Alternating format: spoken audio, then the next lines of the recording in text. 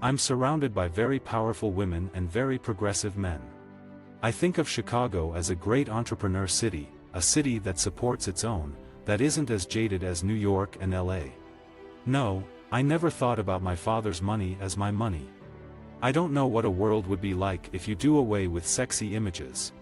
If I wear a suit, as I generally do in the business world, it's supposed to mean I'm retreating from competition with the bunnies. If I wear a very glamorous romantic dress, as I'm very likely to do if I'm going out in the evening, then I'm supposed to be competing with the bunnies.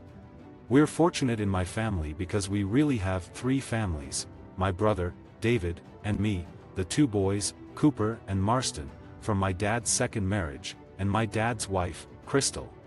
Before I went to work for Playboy, I planned to apply to Yale to get a public policy master's. I felt drawn to go into politics. Even before that, my dream was to wind up either in the Senate or on the Supreme Court. I had big dreams as a little girl. I like dressing sexy, and I like having a good time. Try not to be either intimidated by or a captive of jargon. Even though it's language, and language is about communication, it often exists actually to obfuscate and to control power and not to communicate. I have invested in the stock market since I was very young. My mother thinks I could have even run a larger company. I never intended to go into the family business. I've always been drawn to wanting to do something else at some time in my life. Heg is a man of the big picture. He is a creative force. I don't think about financial success as the measurement of my success. Any brand that attempts to live off a retro appeal is only going through a short second life cycle. I've lectured at the Harvard Business School several times. I'm basically a gift giver. From the time that I can remember, I worked to make money, either babysitting, or 1 year wrapping gifts at a department store at Christmas, so I could have my own money. I had an allowance, but I had to do things around the house to earn it. I think I always wanted my own money. Actually, my parents were separated by the time I was about 2 years old. In college, my big money memory was saving up to buy a car with my boyfriend, whom I lived with. I never have to this day, because my money is the money I earn. Most people sell stock to pay taxes, but I didn't want to sell any stock. I had higher math SATs than in English, yet I became an English major in college. I expected to go into journalism or law. I came to Playboy not expecting to stay, but after 5 years, I found myself really enjoying the business world, and I realized I had some skill. Not only did I enjoy the creative side of Playboy and enjoy being surrounded by people who are curious about life, but I also love the analytical and hard business side of it.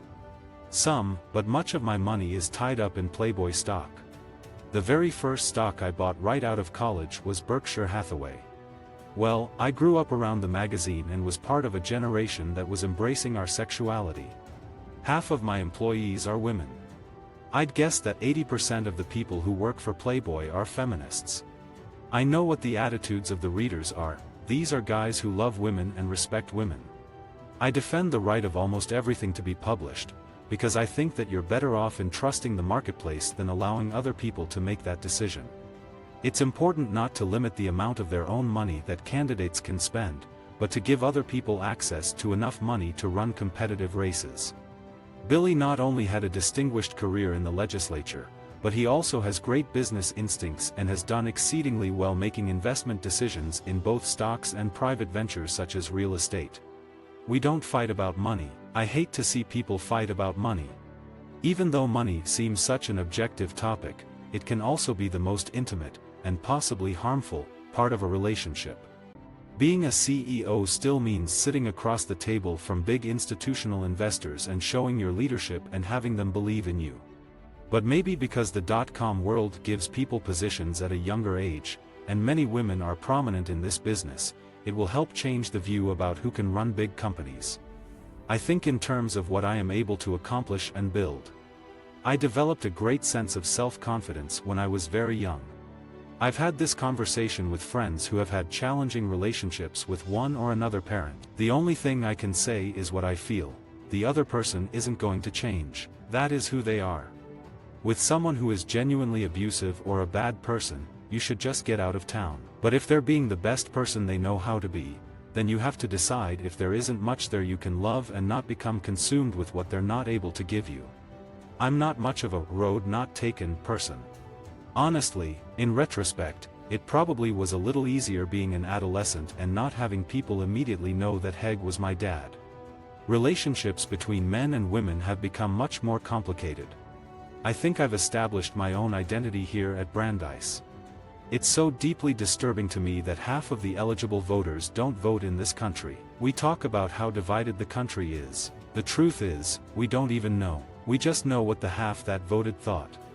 In any endeavor, you have to understand your tolerance for risk. What's a failure you can afford? Visit our website for more quotes. Quoting.com